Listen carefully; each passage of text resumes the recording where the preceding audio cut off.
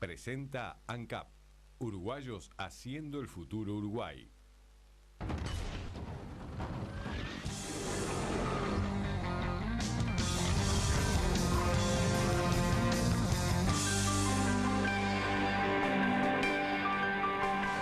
Amigos de todo el país, ¿qué tal? ¿Cómo están? Es un gusto saludarlos. Bienvenidos a la edición central de TNU Noticias. Hola Andrea, buenas noches. Hola, bienvenido Pepe. Vamos Gracias. a los principales títulos informativos. El presidente José Mujica apuntó con dureza a la situación del Mercosur y dijo: o jugamos en serio este partido o jugamos otro. Para el mandatario, el Mercosur está congelado y estancado.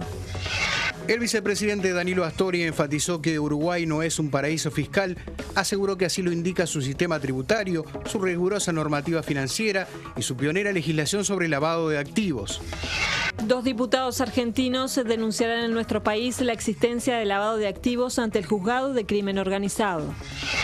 El Ministerio del Interior auditará todas las comisarías de Montevideo para conocer el número de móviles y las condiciones de cada uno de ellos. Hackearon la cuenta de Twitter de la agencia de noticias AP con información falsa de un atentado a la Casa Blanca que habría provocado heridas al presidente Barack Obama. Wall Street reaccionó con una fuerte caída. Nicolás Leos confirmó su renuncia a todas las comisiones de la FIFA en medio de rumores que apuntan a que será investigado por recibir sobornos por los votos del Mundial 2022.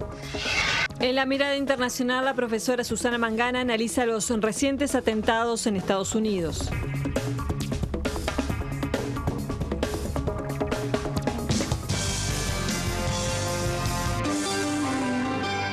El presidente José Mujica afirmó que el Mercosur se encuentra congelado y pidió a los empresarios que se unan en asociaciones comerciales más allá del Estado. Para el mandatario ha llegado el momento de definir y no continuar con la firma de acuerdos que luego no se cumplen. Mujica les pidió más coraje a los gobiernos de Argentina y Brasil. Organizado por la Cámara de Comercio Uruguayo-Brasileña en Punta del Este, el presidente José Mujica participó de un encuentro empresarial. Allí el mandatario dijo que el Mercosur está congelado y se refirió al momento que vive el bloque regional. Definir un camino, si nos vamos a integrar o nos dedicamos a otra cosa.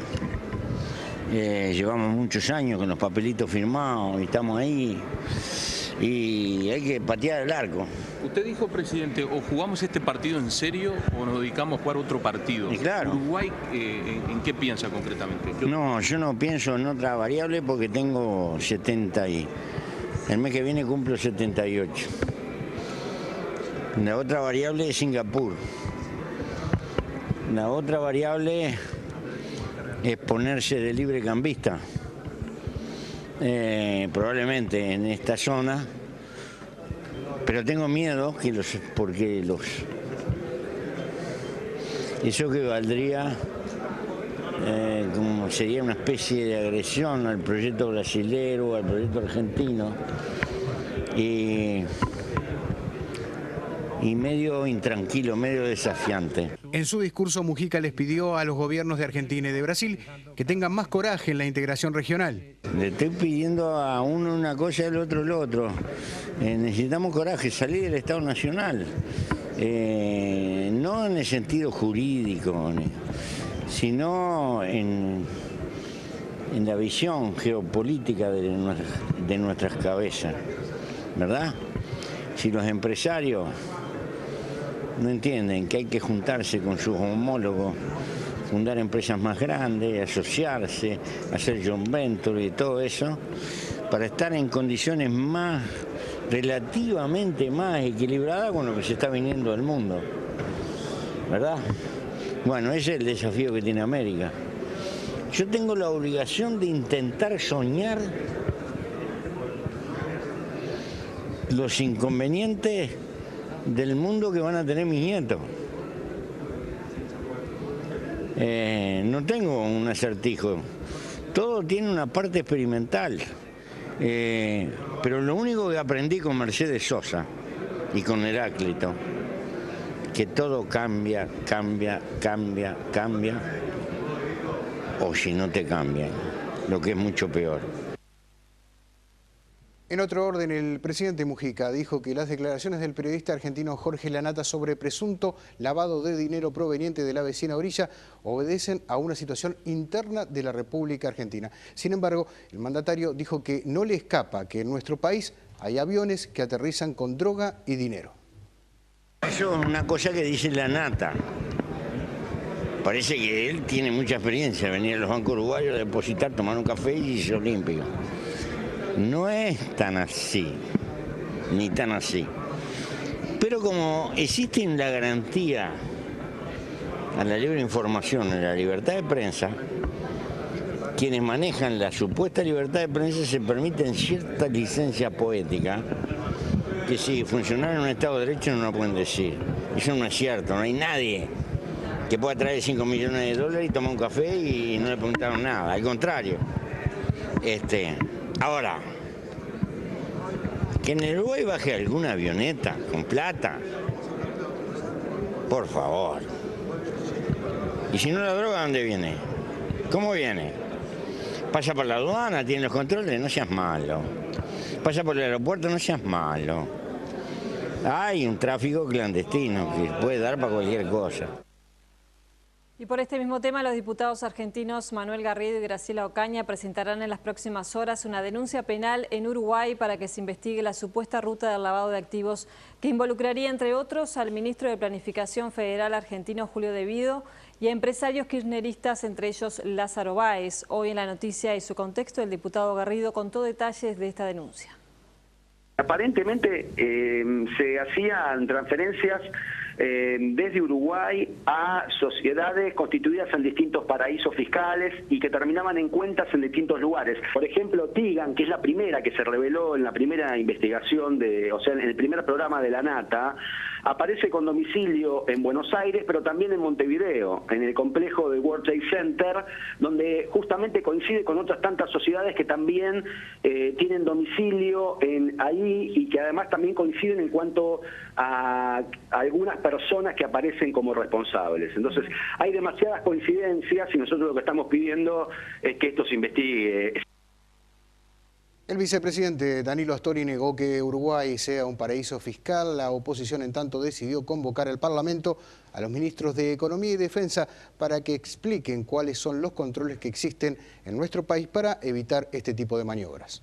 Bueno, en primer lugar, que no es un paraíso fiscal, porque así lo indica, en primer lugar, su sistema tributario, así lo indica su rigurosa normativa en materia financiera y, por supuesto, la pionera, porque ha sido pionera en la región, legislación que Uruguay tiene en materia de lavado de activos. Uruguay ha sido uno de los primeros y más rigurosos reguladores de este tema en la región latinoamericana y en particular en América del Sur. Así que no tiene mucha credibilidad un comentario de ese tipo. Consultado sobre la denuncia que harán los diputados argentinos Ocaña y Garrido, Astori dijo que de haber fundamentos hay disposición para colaborar en lo que sea. Si hay un planteo sólido, fundado, acerca de posibles, digamos, desvíos a la normativa que Uruguay tiene en vigencia, se investigue, por supuesto. Pasamos a otros temas. El ministro del Interior, Eduardo Bonomi, rechazó las denuncias respecto a la falta de patrulleros y reiteró que todo funcionario que mienta a la población argumentando esta falta para evitar una actuación será sumariado. Bonomi aclaró que el cierre del complejo de atención y mantenimiento automotriz de la policía, el CAIMA, fue cerrado tras comprobarse una larga lista de irregularidades. Entre ellas, vehículos que permanecían meses sin reparar, patrulleros que sumaban $20.000 de arreglos al año, cuando una unidad 0 kilómetro le cuesta al Estado la mitad de ese dinero, y trabajos sobre vehículos particulares, entre otros. Bonomi destacó el acuerdo con el Centro de Talleristas, que permite a unas 80 empresas reparar vehículos del Ministerio, teniendo como prioridad esta tarea. Tras el episodio en la seccional 14, donde se le dijo a una vecina que no había móvil para atender un robo en proceso, el jerarca aclaró que el sistema GPS prueba que una unidad estaba a 11 cuadras del lugar y disponible. El policía que informó eso, bueno, va a ser sumariado, veremos qué pasa y veremos qué pasa con los mandos que no controlan lo que deben controlar. Pero es mentira que no había patrulleros. Por otra parte, después se dijo que no tenían ninguno. Tampoco es cierto. Es cierto que en 2 días chocaron 2 patrulleros y en 2 semanas más chocaron otro. Y va a taller, pero tenían 19 vehículos. Se dice que hay varias seccionales en las que no hay patrulleros. Yo me pregunto, ¿por qué al 23 de abril, si no hay patrulleros y si no hay motos, si no hay vehículos, el gasto de nafta es mayor que en todo marzo? ¿Qué está pasando?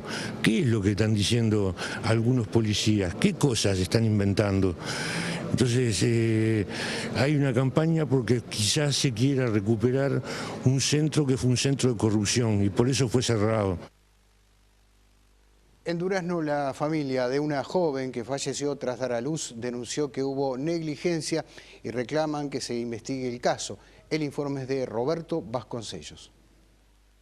A la mujer de 27 años le habían practicado una cesárea el miércoles 17 porque tenía hipertensión. Y nunca se le estabilizó la presión a ella y el viernes le dieron el alta. Pero el sábado se comenzó a sentir mal, le dolía la nuca y le faltaba el aire. Llegué con ella a emergencia y casi asfixiada ya y que le pusieran la máscara de oxígeno. Y me dijo que ella primero le iba a tomar la presión y la fiebre. Y demoró como 10 o 15 minutos en ponerle la máscara de oxígeno. Y yo insistía y me dijo la doctora, dice, usted se dé la vuelta y se sienta ahí del otro lado. La doctora de emergencia llamó a otra doctora, que no sé el nombre porque no sentí el nombre yo. Y que viniera, que por favor viniera y que la precisaba. Y la doctora contestó que no, que ella no se hacía presente, no iba. Y insistió 2 veces la muchacha esa y ella no se hizo presente nunca. Y como a la hora y media, 2 horas me avisaron que había fallecido. Y pregunté el caso, que por qué había fallecido, y me dijo que un coágulo de sangre le había tapado una arteria ahí. Pero... La bebé, que se llama Yasmín Milagro, fue presentada hoy en el juzgado de Durazno. Su madrina, amiga de la familia, se hará cargo porque el padre, que trabaja como alambrador, no puede criarla. Digo, más allá de todo el dolor de que se arrastra debido a esta consecuencia, un niño es una bendición y hay que esperarlo con amor porque no entienden nada, no saben ni por qué vinieron a este mundo. Entonces, para nosotros es la felicidad que está tapando un poco el dolor de lo que pasó. Verónica Silva deja también un niño pequeño que irá con su padre biológico. Desde Durazno, Roberto Vasconcellos, TN1 Noticias. La gerenta general de ACE, Alicia Ferreira, afirmó que el organismo está investigando este caso. Alicia Ferreira aseguró que la investigación del caso se viene procesando tal y como se hace cada vez que un familiar expresa dudas respecto al fallecimiento de un paciente. La jerarca aclaró que el hospital de Durazno está dotado de la infraestructura y personal necesarios para enfrentar este tipo de complejidades. Porque siempre va a pasar que nosotros tenemos que darle las máximas garantías a nuestros usuarios de que estamos haciendo todo para explicar cuál es la situación. Y si hubiera habido algún problema en la atención, sin ningún lugar a dudas tomaremos las medidas que sean necesarias, y tanto en el caso de si hubiera habido alguna responsabilidad o si hubiera habido alguna falla en la atención. Vamos a seguir en Durazno, pero por otros temas. La justicia de ese departamento procesó a los padres de 3 menores de edad por no cumplir con sus responsabilidades como lo establece la ley. Los jóvenes habían cometido varios delitos. El informe es de Roberto Vasconcellos. Luego de una larga investigación, la justicia de Durazno procesó a los padres de 3 menores infractores por no cumplir con sus responsabilidades como lo establece la ley. Se intentó por el medio del juzgado de familia y de INAU de lograr reencauzar a estos jóvenes, a estos chicos, y como no hubo una respuesta positiva por parte de los padres, es que se llegó a esta determinación. El procesamiento de los padres, como no tenían antecedentes, se realizó sin prisión, pero con medidas sustitutivas. Como prestar servicio comunitario, presentarse en la sesional, hay medidas que la ley prevé en estos casos. La jueza expresó en su fallo que los menores se encontraban en situación de abandono moral por parte de sus progenitores, careciendo de vigilancia o corrección al respecto, agregando que los padres desconocían dónde dormían y si concurrían o no a la escuela. Sí, lo que preocupa en realidad es la indiferencia que ante situaciones de riesgo, de vulnerabilidad social de estos chicos, que los padres actúen con indiferencia ante esta situación, porque si no nos preocupamos por nuestros propios hijos, es muy difícil que nos podamos preocupar por la sociedad toda. Algunos de los chicos fueron derivados al INAU y otros fueron entregados a familiares. La jueza indicó que hubo otros casos donde los padres fueron procesados con prisión por tener antecedentes penales. Desde Durazno, Roberto Vasconcellos, TN1 Noticias. En Salto, un policía fue procesado con prisión por pedir coima para dejar pasar mercadería de contrabando. El agente es acusado de cobrarle 30.000 pesos a una mujer y 70.000 a otra persona para cubrir un cargamento de cigarrillos desde Argentina. Desde la entrada en vigencia del 0 kilo, el número de vehículos y de personas que cruzan desde Salto a Concordia diariamente se redujo casi 20% con respecto a lo que era antes de la puesta medida de aduanas.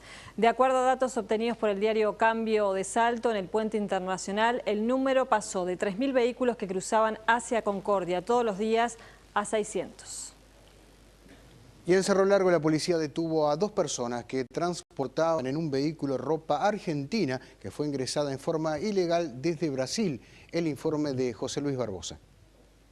El procedimiento policial permitió la detención de 2 personas, las que comparecen en la sede del juzgado de la calle Muiz, aquí en Mendoza. No obstante, no ha llegado a la información que puede dar a nuestro departamento elección de ropas procedentes de Argentina. En este caso es un contrabando bastante abultado, en miles de dólares de ropa y de repuestos de bicicleta. La policía de Cerro Largo ha incautado también combustible de procedencia brasileña. El trabajo forma parte de los controles especialmente dispuestos. Nosotros hacemos procedimiento en forma rutinaria. A veces se incauta algún matute, otras veces no se incauta nada. Lo que se ha incautado mucho es combustible. Pero en el tema de ropa fue ahora lo último que hizo. José Barbosa, con la cámara de Humberto Calvete, TN1 Noticias, Cerro Largo.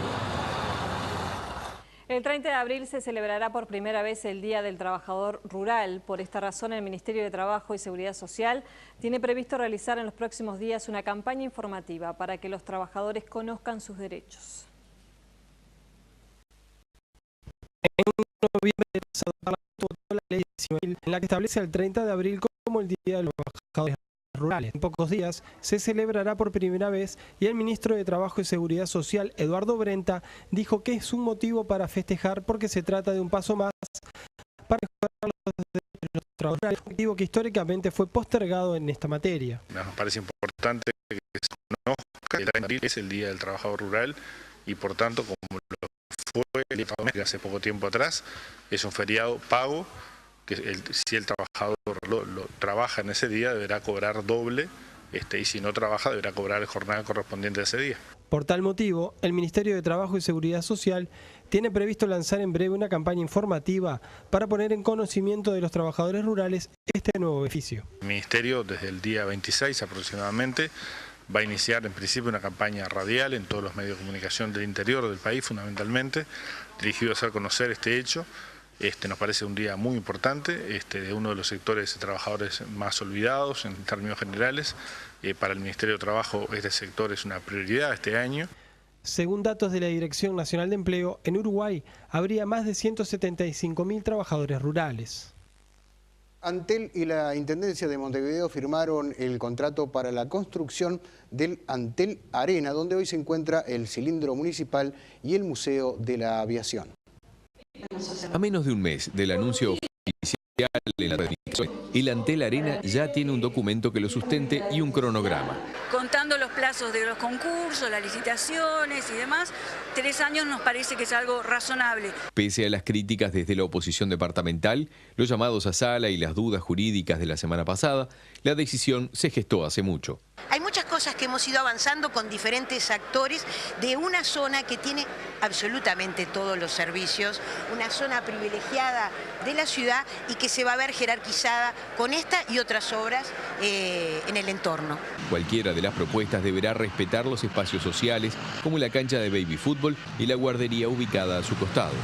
Tiene que alojar y dar lugar a que escuelas y liceos puedan usar mediatecas o elementos de tecnología.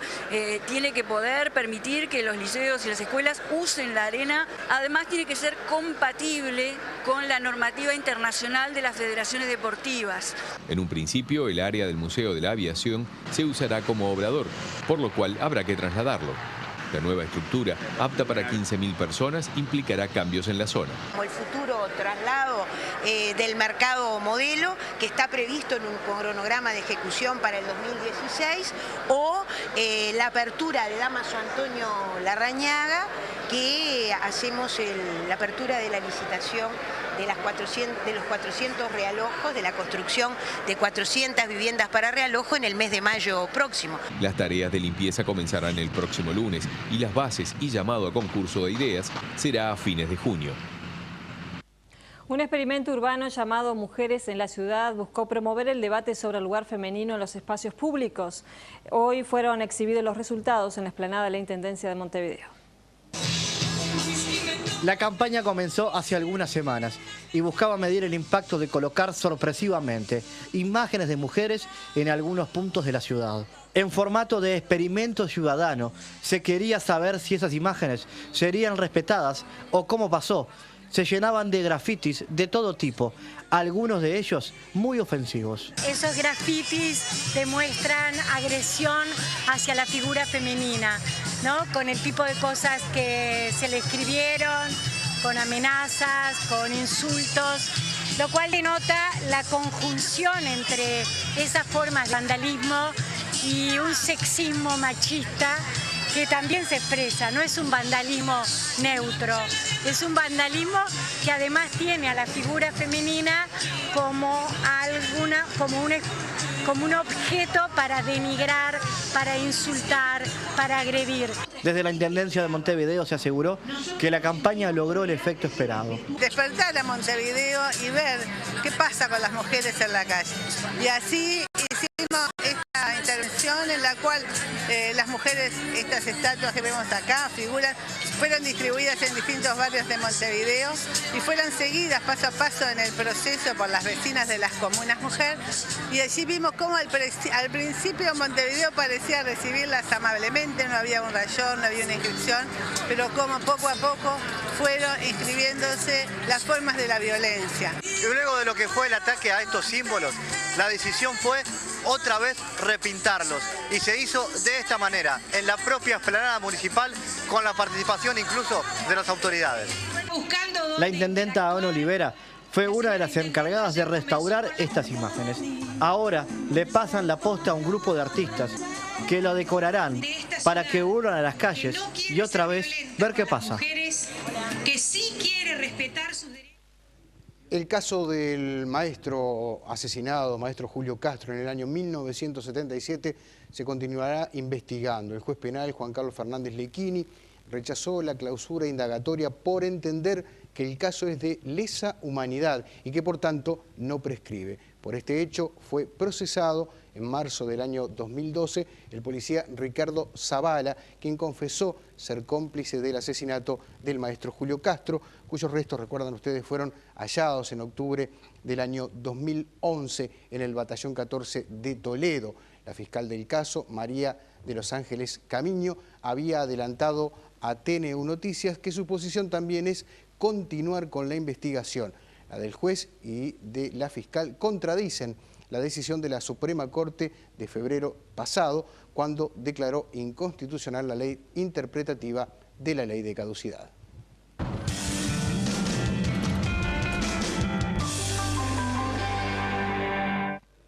El vicepresidente Danilo Astori confirmó que el Ministerio de Economía implementará la rebaja de 2 puntos de IVA comprometida en el programa del Frente Amplio. El ministro está comprometido con esta reducción, la diseñó él, a partir del programa del Frente Amplio, que establece esa reducción y la va a poner en práctica, como también anunció en el Comité Cuarón. Astori explicó que la fecha en que se pondrá en práctica la baja del IVA dependerá de la evolución fiscal, ya que esta medida supondrá una disminución de ingresos para el país. Naturalmente, cuando Uruguay atraviesa por una situación en la que hay que tener mucha prudencia y mucha cautela desde el punto de vista fiscal, esta es una medida que importa y sobre todo la fecha que se va a poner en práctica también importa. También hay que tener en cuenta que muchas veces una reducción impositiva, en este caso del IVA, en lugar de significar una reducción de ingresos, puede significar incluso un aumento, porque se estimula a elevar el nivel de actividad y el resultado final puede ser un incremento de ingresos. Todo eso es lo que hay que estudiar para fijar la fecha. Las declaraciones fueron efectuadas en el marco del foro Pequeños Países, Grandes Oportunidades, organizado por instituciones gubernamentales y organizaciones internacionales. Me permite invitar al señor. La economía de América Latina y el Caribe crecerá 3.5% este año según la CEPAL. Para Uruguay la proyección es de 3.8% de acuerdo a los datos del organismo. La información económica la aporta el Instituto Uruguay 21.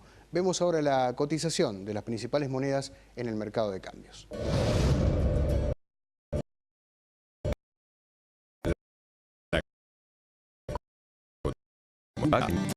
El precio del dólar, que en la compra cerró a 18.70 y en la venta 19.15. El dólar interbancario billete también bajó a 18,947. Se mantuvo el peso argentino 1.90, 2.90. Bajó el real 8.50, 10 pesos. Y también bajó el euro billete 24.10 en la compra, 25.05 en la venta. La unidad indexada 2,5927.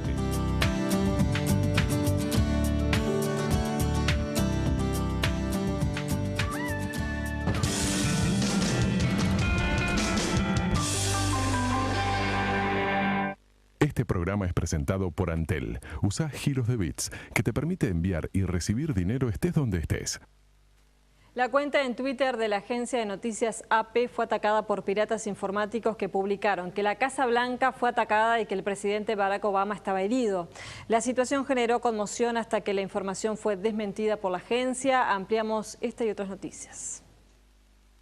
La agencia de noticias Associated Press, AP, fue víctima de piratas informáticos que hackearon su cuenta de Twitter, en la que anunciaron que Barack Obama se encontraba herido tras registrarse 2 explosiones en la Casa Blanca. Un vocero de la agencia dijo que un mensaje en el Twitter de la empresa informando sobre las explosiones era falso. El portavoz de la Casa Blanca, Jay Carney, dijo a periodistas poco después del falso tuit que el presidente Barack Obama estaba bien. Las acciones cayeron brevemente en el mercado bursátil estadounidense a raíz del mensaje, pero luego se recuperaron. Associated Press dijo que su cuenta de Twitter ha sido suspendida por el momento. El gobierno de Colombia y la guerrilla de las FARC comenzaron este martes en Cuba un nuevo ciclo en el diálogo de paz para tratar de poner fin a medio siglo de conflicto armado, con la intención de que la negociación no se prolongue indefinidamente y se puedan mostrar resultados. En el diálogo, que comenzó en noviembre pasado, las partes avanzaron en el tema agrario sin que se conozcan hasta el momento acuerdos concretos, en el primer punto de una agenda de 5, que incluye la participación en política, el fin del conflicto, la lucha contra el narcotráfico y la compensación a las víctimas. Al inicio de este nuevo ciclo, ambas partes se mostraron moderadamente optimistas sobre el progreso de la negociación. Corea del Norte consideró totalmente inaceptables las condiciones impuestas por Estados Unidos para retomar el diálogo bilateral, entre las que se incluyen que Pyongyang renuncie a tener armamento nuclear. El planteo estadounidense es como el de un ladrón que le pide a otro que deje de robar, según un reporte oficial norcoreano citado por la agencia Telam. Si bien Pyongyang se mostró dispuesta a abrir una mesa de diálogo, advirtió que nunca resignará su condición de potencia nuclear. El presidente italiano Giorgio Napolitano tendría previsto anunciar al nuevo primer ministro del país este miércoles, según adelantaron a la agencia Reuters fuentes políticas. Este martes, el presidente napolitano completó una rápida ronda de consultas con los partidos políticos tras su reelección el fin de semana. Napolitano busca poner fin a la crisis de 2 meses que siguió a las elecciones de febrero y tanto la centroizquierda como la centroderecha dijeron tras sus conversaciones con el presidente que apoyarían a un gobierno de base amplia. El electo presidente paraguayo Horacio Cartes se mostró partidario de restablecer las relaciones con los socios del Mercosur. También dijo que trabajará para que el Senado de su país apruebe el ingreso de Venezuela al bloque. El presidente electo de Paraguay, Horacio Cartes, se comprometió a impulsar la normalización de las relaciones con el Mercosur, del cual su país está suspendido desde la crisis política de hace casi un año, tras la destitución de Fernando Lugo, y también se comprometió a promover la aprobación parlamentaria del ingreso de Venezuela al bloque. La caída de Lugo en junio de 2012 fue tachada de golpe parlamentario por los socios regionales que impusieron sanciones políticas y aislaron a Paraguay hasta las elecciones. En conferencia de prensa el día después de ganar los comicios, Cartes dijo que va a hacer todo lo posible para regresar al Mercosur. Hoy para el Paraguay, el atractivo de estar en el Mercosur, Andrés, es demasiado importante, es trabajo para nuestra gente, oferta laboral. En segundo lugar, en un mundo, volviendo con todas las letras, si yo me voy a golpear una puerta en Europa, en Estados Unidos, no es la misma cosa golpear como Paraguay o como Uruguay que irnos en representación de un bloque. A pesar de la intención de volver al bloque, Cartes dijo que no asistirá a la próxima cumbre en junio en Montevideo a la que le invitó José Mujica, ya que recién asumirá funciones el 15 de agosto. Con respecto a Venezuela, que se convirtió en miembro pleno del Mercosur en la cumbre del 29 de junio de 2012, el mismo día en que Paraguay fue suspendido, Cartes dijo tener mucha predisposición para lograr en su país la aprobación parlamentaria del ingreso venezolano. A todo esto, Hugo Rubín, un diputado electo paraguayo por el partido Encuentro Nacional, dijo en llamativas declaraciones que Cristina Fernández y José Mujica deben pedir perdón de rodillas para que Paraguay vuelva a pensar en volver al Mercosur. El legislador, que insultó a la mandataria argentina, pidió además que saquen a Venezuela del bloque regional.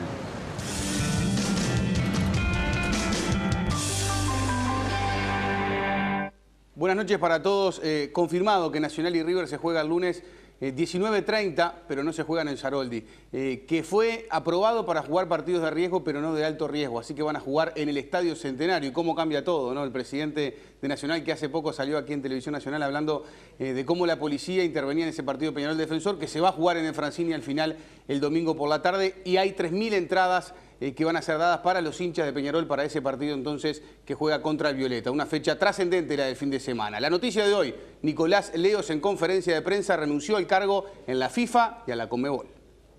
Con la tranquilidad de la conciencia de haber hecho un trabajo sincero, un trabajo honesto. Venezuela, Colombia, Ecuador, Perú, Chile, Bolivia, Uruguay, Brasil, Argentina y Paraguay. Todos me ayudaron a trabajar y a hacer una confederación unida. Eugenio Figueiredo podría ser uno de los que se queden en el cargo hasta que termine el periodo en el 2015. Lo cierto es que la versión de Leos es que deja el cargo por un tema de salud. Sin embargo, varios medios, y hay versiones que lo involucran con aquello de Qatar y la compra de votos en el 2022. Y que venga otro. Nicolás Leos tiene 84 años, profesor de Historia, estudió Derecho en la Facultad de Derecho y Ciencias Sociales de la Universidad Nacional de Asunción. En 1957 y hasta 1977 fue presidente del Tribunal de Justicia en la Confederación Paraguaya de Básquet. En el medio, y ya desde 1968, fue presidente del Club Libertad. Leos también fue presidente de la Asociación Paraguaya de Fútbol en 2 periodos, entre 1971 y 73 y entre el 79 y 1985. Desde 1986 a la fecha es el presidente de la Conmebol, pero además trabaja como miembro ejecutivo de la FIFA desde 1998 y en varias comisiones paralelas. El Nicolás Leos fue acusado por la BBC en noviembre del 2010 de haber recibido $730.000 por la compra de votos para el Mundial de Qatar 2022, junto con Ricardo Teixeira de Brasil y el camerunés Issa Hayatou, a quienes también se los acusaba de haber aceptado sobornos. El periodista que destapó los casos de corrupción, el escocés Andrew Ginning, también se refirió a los sobornos por los derechos de televisación para el Mundial de Italia 90 y a la vinculación de Nicolás Leos en la negociación. Para mí fundamentalmente el trabajo, la colaboración. Se confirmó en su momento que Teixeira y Avalanche estaban involucrados. Esos sobornos se hacían como pagos en una agencia de marketing que trabajaba para la FIFA. 175 pagos se realizaron a la agencia como sobornos. Sin embargo, la justicia no cayó sobre el paraguayo Nicolás Leos. Con respecto a esas acusaciones por sobornos, por los derechos de televisación, el presidente Blatter declaró en su momento que los sobornos no eran un crimen, pero sí eran algo inmoral. Interesante respuesta, como el interesante partido de semifinales de la Copa UEFA del día de hoy. Jugó Messi, pero no alcanzó. Histórica derrota del Barcelona. Generar sin posesión, tener el control sin la pelota. Ese mensaje dejó el partido. Un penal que no se cobra, una intención para que los productores Messi, Iniesta y Xavi sintieran incomodidad. Había que pedirla, que sentir el control sin la pelota en el medio, la confianza sin la posesión. Dante y Müller, los dos más altos, ganan y Thomas Müller marca el primero del Bayern Múnich. Cierta sorpresa, nuevos pensamientos, la misma intención en cuanto a la agresividad. Empezó siendo un comentario en el estadio, pero Bayern podía golear. La jugada polémica en el segundo tanto, el gol de Gómez. Diremos centímetros, milímetros, adelantado el delantero para el tanto. Müller, Robben, Ribéry hacían de la velocidad una posibilidad. Del contragolpe, el juego ideal. Por izquierda en ataque, Bayern adelantaba líneas en presión, no tanto por el sector de Dani Alves. Esperando pases, buscando espacios, contragolpe frío y calculador que termina en el gol, un golazo de Robben. Mientras la velocidad de Piqué en los relevos se aturdía de errores de Alba y ese porcentaje llegaba a los 64 de posesión de pelota, llega el cuarto tanto de Thomas Müller. Para el final, ante las palabras que sobraban del holandés Robben, una reacción, 4-0 victoria de Bayern Múnich sobre Barcelona.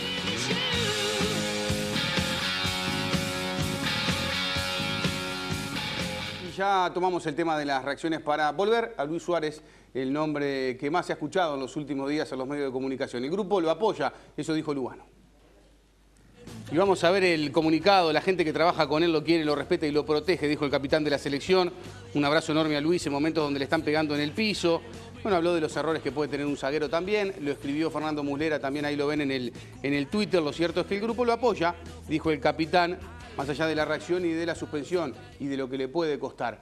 Lo que es la vida. El año pasado pasó con Paul McCartney en cuanto a referirse a Luis Suárez. Y lo que pasa ahora es que Mike Tyson, el ex boxeador norteamericano, dijo que lo seguía en Twitter y que también lo apoya.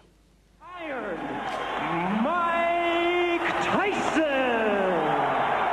¿Cómo olvidar al protagonista del mordisco más recordado a nivel deportes de alta competencia? Uno se quedaba hasta altas horas de la noche para verlo a él, Mike Tyson, y lo sufrió la oreja de Holyfield durante la pelea por el título de peso pesado en Las Vegas en 1997. Tyson admitió que sigue a Luis Suárez a través de su Twitter. Increíble. Me enteré del incidente y quise conocer cuál era la reacción de Suárez sobre su participación en lo ocurrido. Lo mejor que pudo hacer Suárez, dice Tyson, fue reconocer de inmediato que se equivocó. Y ojo, termina con un mensaje educativo el ex boxeador norteamericano. Ahora Suárez solo debe pensar en su carrera profesional y aprender de los errores para ser mejor deportista y persona.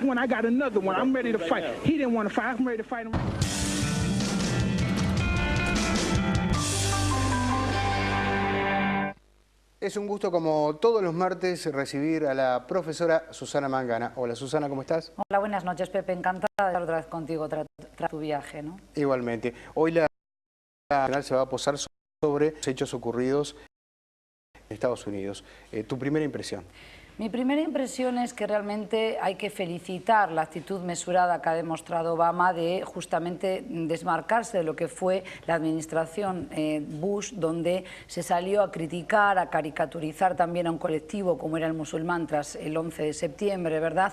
Y que llamó sobre todo a ser comedido, prudente, a esperar a conocer los hechos de Boston, ¿verdad? Muy trágicos, murieron 3 personas, uno de ellos muy jovencito, un niño de 8 años, pero sobre todo hay una esperanza de que que no hay que caer en hostigamientos a un colectivo. En este caso eran dos jóvenes, dos hermanos que podemos definir como lobos solitarios, pero que por ser chechenos y pertenecientes a la fe musulmana y ser practicantes del Islam, corríamos el riesgo otra vez, Pepe, de estar ante una nueva batalla campal entre Estados Unidos, Occidente por tanto, y el mundo islámico. Y por tanto a mí me gustaría hoy contigo detenernos un poquito en lo que es la mirada hacia el perfil del terrorista musulmán, porque comparte algunas similitudes con otros terroristas, pero también tiene un perfil bien diferente. No sé si estás de acuerdo, pero antes otros terroristas, otros grupos como por ejemplo los nacionalistas IRA de Irlanda o el ETA, por ejemplo, pueden tener un objetivo, pueden pensar que ese objetivo vale la pena luchar por él y por tanto está justificada la violencia, pero también actos de terror, incluso la muerte de un civil o de varios civiles juntos, pero no están dispuestos a morir, como si es el caso no solo de estos dos jóvenes hermanos de origen checheno, sino en general de todos los terroristas musulmanes, que suelen ser justamente pertenecientes al género masculino, jóvenes y muchas veces desarraigados, no bien adaptados a la sociedad en la que están residiendo, en este caso Estados Unidos, pero en un pasado muy reciente tenemos los ejemplos de Atocha en Madrid o de Londres, ¿verdad? Por tanto van cruzando varias puertas, varios umbrales, hasta que un buen día jóvenes deportistas, incluso el hermano mayor estaba casado y tenía una hija menor, decide perpetrar un acto de terror, de barbarie, que nos deja a todos, sobre todo a su propia familia política en Estados Unidos, choqueados preguntándonos por qué.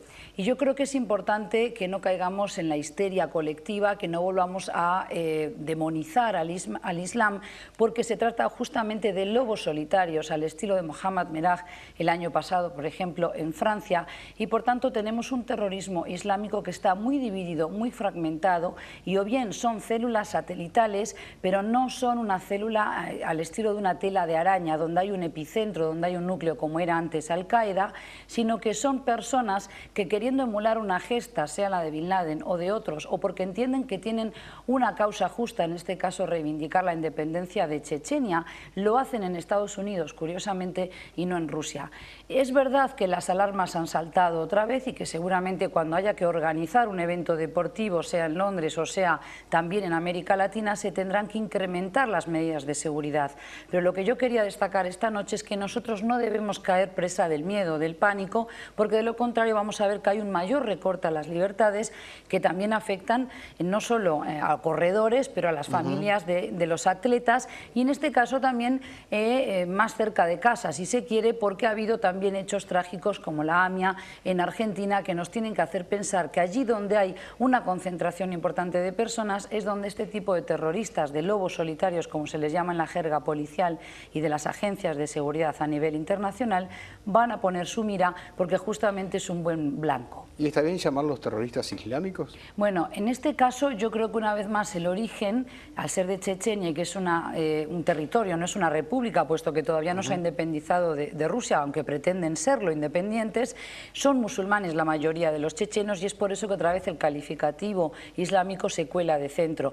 Y es verdad que ellos también apelan a una jerga, digamos, religiosa para fundamentar esos actos de terror, pero el Islam, que es profesado por 1.300 millones de personas, no profesa la violencia, no de manera generalizada y mucho menos contra civiles indefensos. ¿Hasta qué punto se pueden llegar a coartar las libertades personales a raíz de todo esto? Bueno, yo creo que en Estados Unidos evidentemente hay un momento de psicosis y es justo que así sea, pero debemos justamente volver a recordar ese mensaje de Obama de vamos a esperar a tener todos los resultados, vamos a castigar a los culpables, pero no justamente crear un perfil, ¿verdad?, de musulmán o de checheno, porque de lo contrario volvemos a tener una contienda abierta y esta vez con repúblicas, porque recordemos que en el Asia Central todas las repúblicas exsoviéticas son mayoritariamente musulmanas y no hay que olvidar que allí también tenemos importantes yacimientos de petróleo y de gas, con lo cual ahí hay un terreno abonado para que surjan las tesis conspirativas y digan que vuelve a ser una excusa, un pretexto de Estados Unidos para lanzar una nueva guerra contra una zona muy geoestratégica y geoeconómica. Pero yo lo que quiero llamar es a la cordura, a mantener la calma y que entre todos debemos aislar a los radicales, como es en este caso estos dos hermanos que además eran muy jóvenes, pero que ellos también defienden el único que quedó vivo, el más jovencito de 19 años, Johar, ¿verdad?, que dice que actuaron solos. Por tanto, vamos a pensar que sí, que son personas desarraigadas que, a pesar de estar de alguna manera en la superficie bien integrados a la sociedad norteamericana, practicar deportes, estudiar allí, hablar perfecto inglés, finalmente no estaban tan bien adaptados como parecía. Te invito a que nos acompañes el martes que viene. Así será. Ahora sí, Andrea, con más noticias.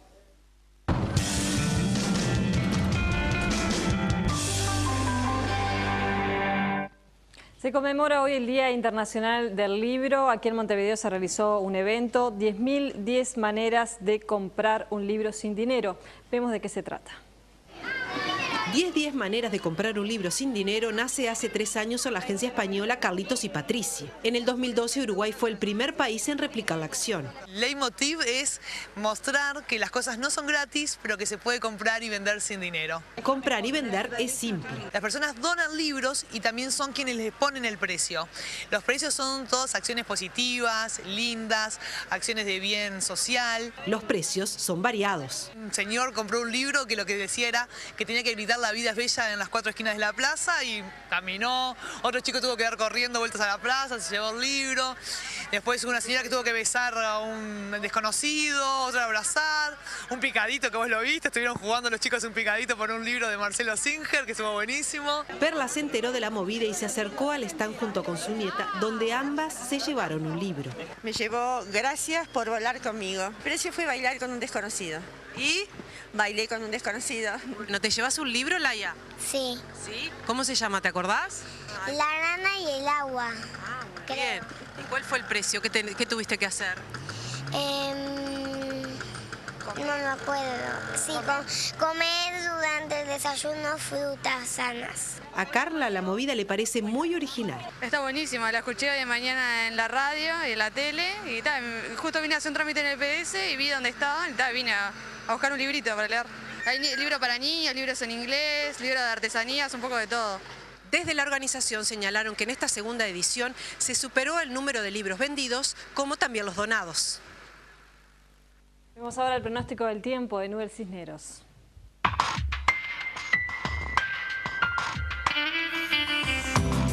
El miércoles amanece fresco, lo que nuevamente nos obligará a portar un abrigo ligero. En la tarde seguimos disfrutando de tiempo estable, con temperaturas agradables, observándose pasaje de mucha nubosidad, principalmente por áreas costeras, sin generar fenómenos significativos. El jueves se repiten las temperaturas mínimas, lo que nos obligará a llevar un abrigo adecuado. Temperaturas que se modifican rápidamente hacia la tarde, generando ambiente templado a cálido, con máximas de 27 grados y el cielo se mantendrá parcialmente nublado. El presidente José Mujica va a participar mañana en los festejos por los 150 años de Aceguá, en el departamento de Cerro Largo. Desde hace una semana se vienen desarrollando diversas actividades culturales y mañana está previsto el acto central para la hora 19. Un equipo de TNU Noticias ya está en el lugar y tendremos contactos en vivo con Romy Artigas en nuestras próximas ediciones y en la noticia y su contexto para conocer cómo vive la población de Aceguá esta celebración. Exactamente, los dejamos con imágenes precisamente de esa ciudad. Ya viene Cuéntame, de nuestra parte, hasta mañana. Hasta mañana.